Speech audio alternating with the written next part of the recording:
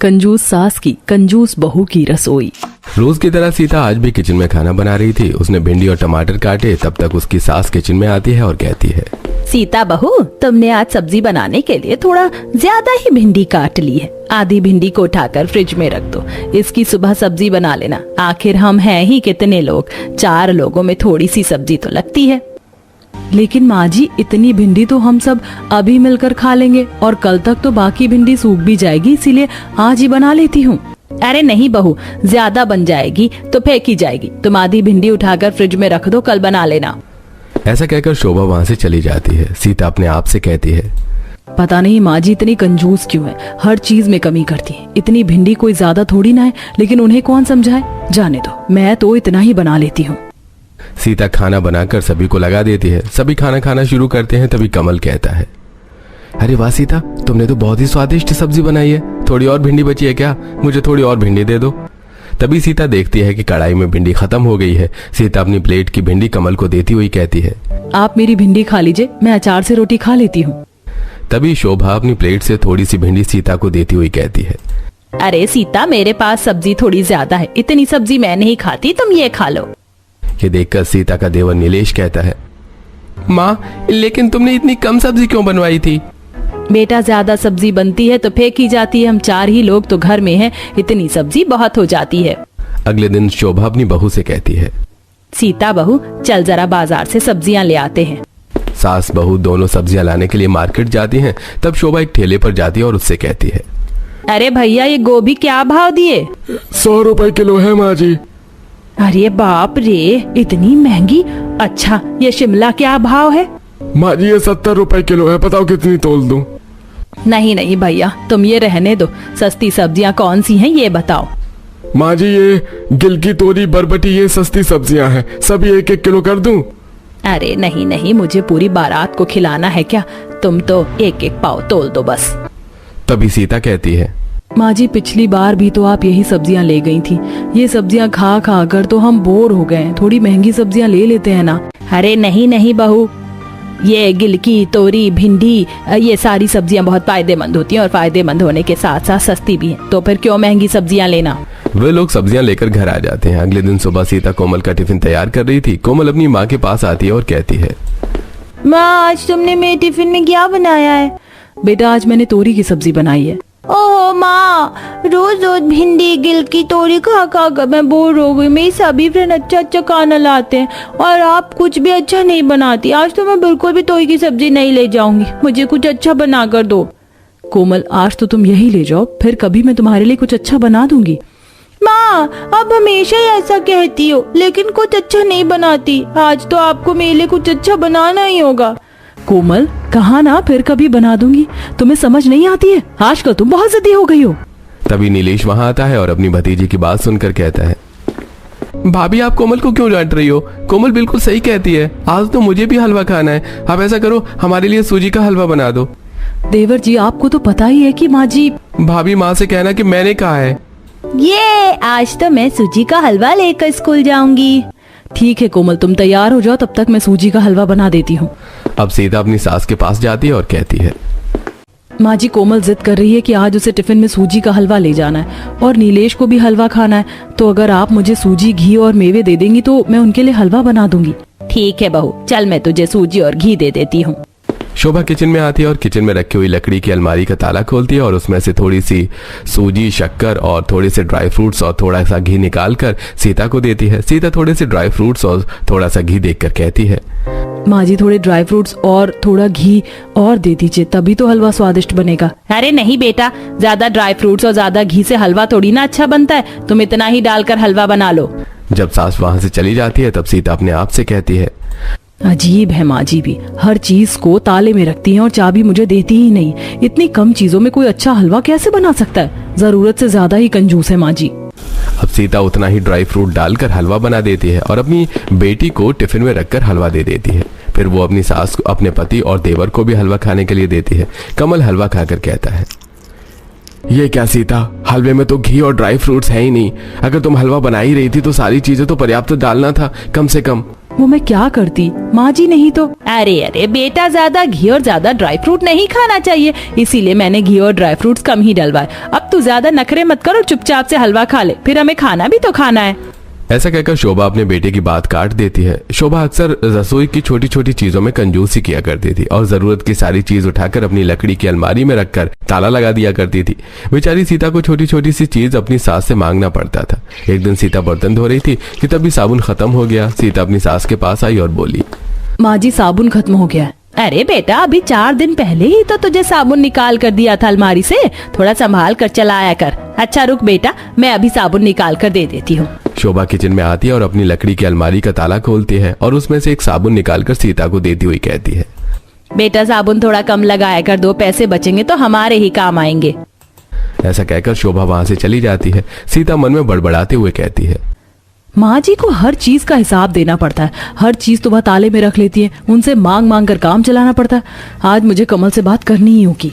फिर रात में जब कमल कमरे में आता है तब सीता कमल से कहती है, कमल, मुझे समझ नहीं आता कि माँ जी इतनी कंजूसी क्यों करती हैं। एक तो वो हर चीज को अपनी अलमारी में रख देती हैं और फिर खत्म होने पर थोड़ी थोड़ी सी निकाल कर देती हैं। मुझे हर बार माँ जी से ऐसी छोटी छोटी सी चीज मांगना अच्छा नहीं लगता। सीता, तुम्हें तो पता है कि मेरी और नीलेश की छोटी सी नौकरी है। माँ उसी पैसे से पूरा घर चलाती हैं, इसलिए उन्हें थोड़ा हिसाब से चलना पड़ता है। देखो, तुम इतनी चिंता क्यों करती हो? जो चाहिए वो मांग लिया करो। अच्छा, तुम्हें पूरी खाना है ना? कल मैं माँ से कह दूंगा कि वो खाने में पूरी और छोले बनवा ले। अब तो खुश? अगले दिन कमल अपनी माँ से कहता है, माँ आज मेरा छोले पूरी खाने का मन कर रहा है, तो प्लीज तुम रात के खाने में छोले पूरी बनवा लेना। ठीक है बेटा, बनवा लूंगी। शाम होते ही शोभा किचन में जाती है और अपनी लकड़ी की अलमारी का ताला खोलकर उसमें से थोड़े छोले और तेल निकाल कर देती है और सीता से कहती है, सीता बहू, आज तू छोले और पूरी बना लेना, लेकिन हाँ छोले में तेल कम ही डालना और पूरी भी ज्यादा मत बनाना। कमल और नीलेश के लिए 4-4 पूरियां बना देना और हम लोग तो एक एक खाकर ही काम चला लेंगे। अपनी सास की बात सुनकर सीता बहुत गुस्सा होती है, लेकिन कुछ नहीं कहती। शाम को वो सभी को छोले पूरी लगाती है।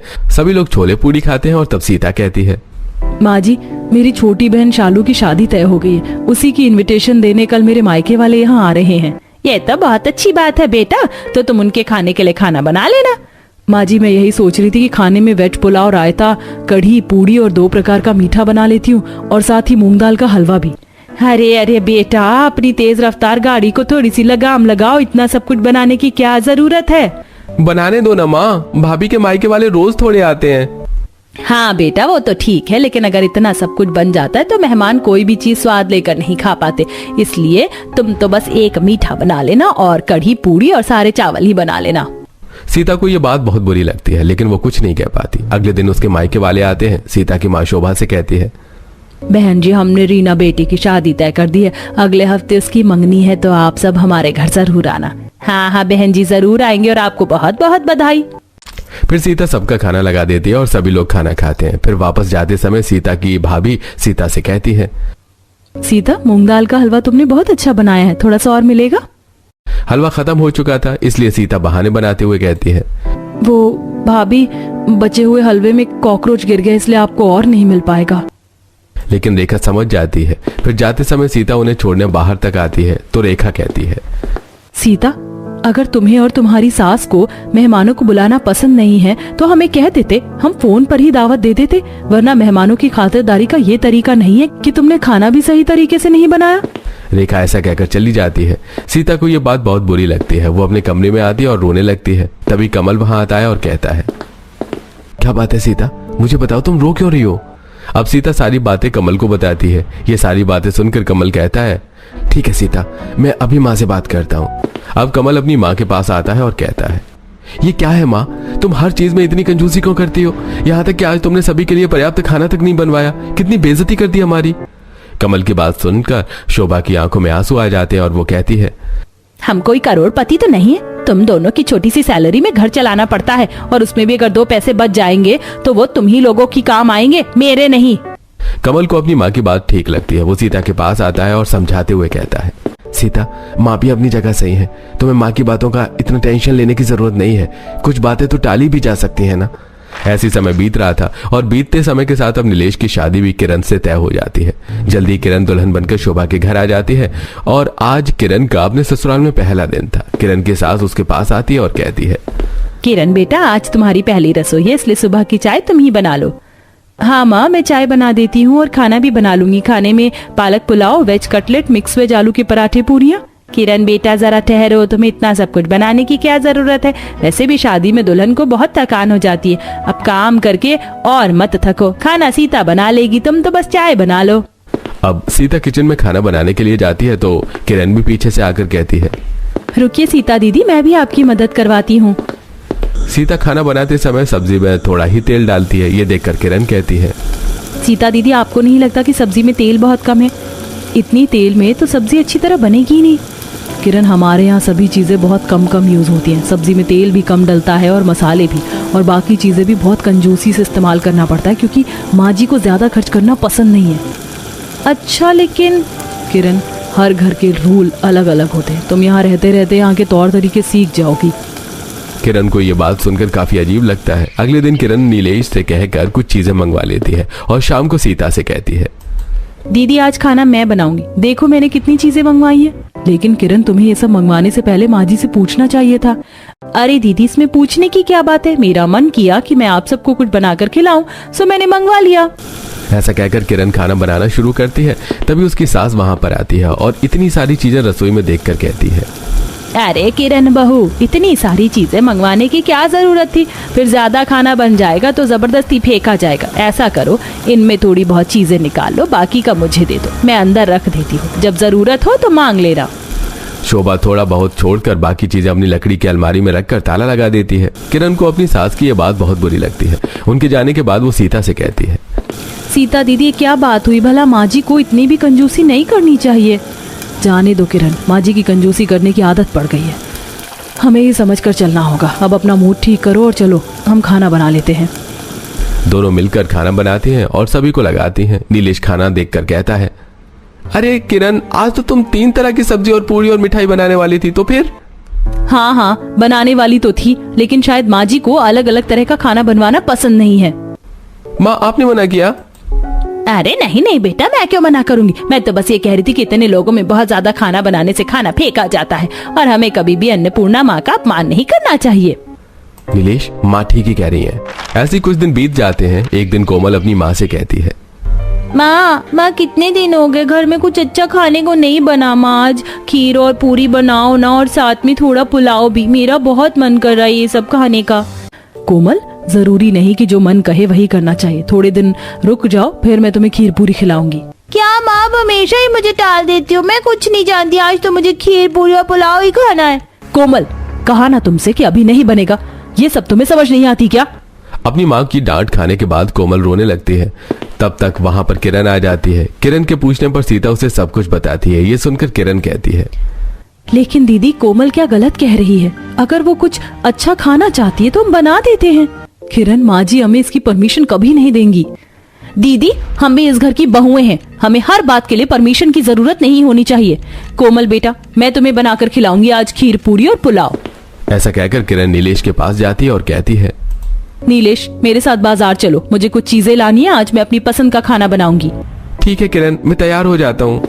अब दोनों बाजार के लिए निकलते हैं। तभी शोभा कहती है, अरे बहू, कहाँ जा रही हो? माँ जी, आज मुझे खीर पूरी और पुलाव बनाना है, तो मैं उसी का सामान लेने बाजार जा रही हूँ।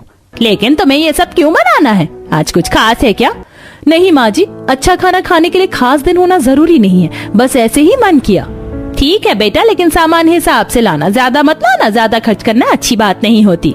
अब किरण बाजार जाकर अपनी जरूरत की सारी चीजें खरीदती है और घर आकर खाना बनाना शुरू करती है। तभी शोभा वहाँ आती है और कहती है, किरण बेटा, इतना सब कुछ बनाने की कोई जरूरत नहीं। पिछली बार की तरह इस बार भी तुम कुछ चीजें निकाल कर बाकी सामान मुझे दे दो, मैं अलमारी में रख देती हूँ, जब तुम्हें जरूरत पड़े तब तुम ले लेना। अब किरण बहुत गुस्सा हो जाती है और कहती है, ये क्या बात हुई माँ जी? आप इतनी चीजों के लिए कंजूसी करती हैं, जो मुझे बिल्कुल भी पसंद नहीं है। मैं तो आज खुद बाजार जाकर सारा सामान लेकर आई हूँ ना, तो भी आपको चैन नहीं पड़ा, और इसे भी आप अपनी अलमारी में ठूस देना चाहती है। ऐसा साफ साफ बता दीजिए ना कि आप खाना भी ढंग से नहीं खिला सकती हैं।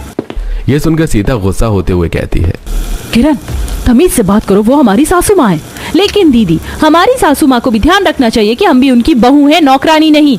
बस बहुत हो गया किरण, चुप हो जाओ। किरण गुस्सा होकर अपने कमरे में चली जाती है और नीलेश को सारी बातें बताती हुई कहती है, मेरे साथ इतनी कंजूसी नहीं चलेगी। तुम तुम्हें माँ जी से बात करनी ही होगी। बस अब मैं और बर्दाश्त नहीं करूंगी। मैं इस घर की बहू हूँ, नौकरानी नहीं जो सिर्फ काम करने से मतलब रखूं। अरे क्या फायदा मेरी बहू होने का अगर मैं अपनी मर्जी से कुछ बनाकर खा भी नहीं सकती तो।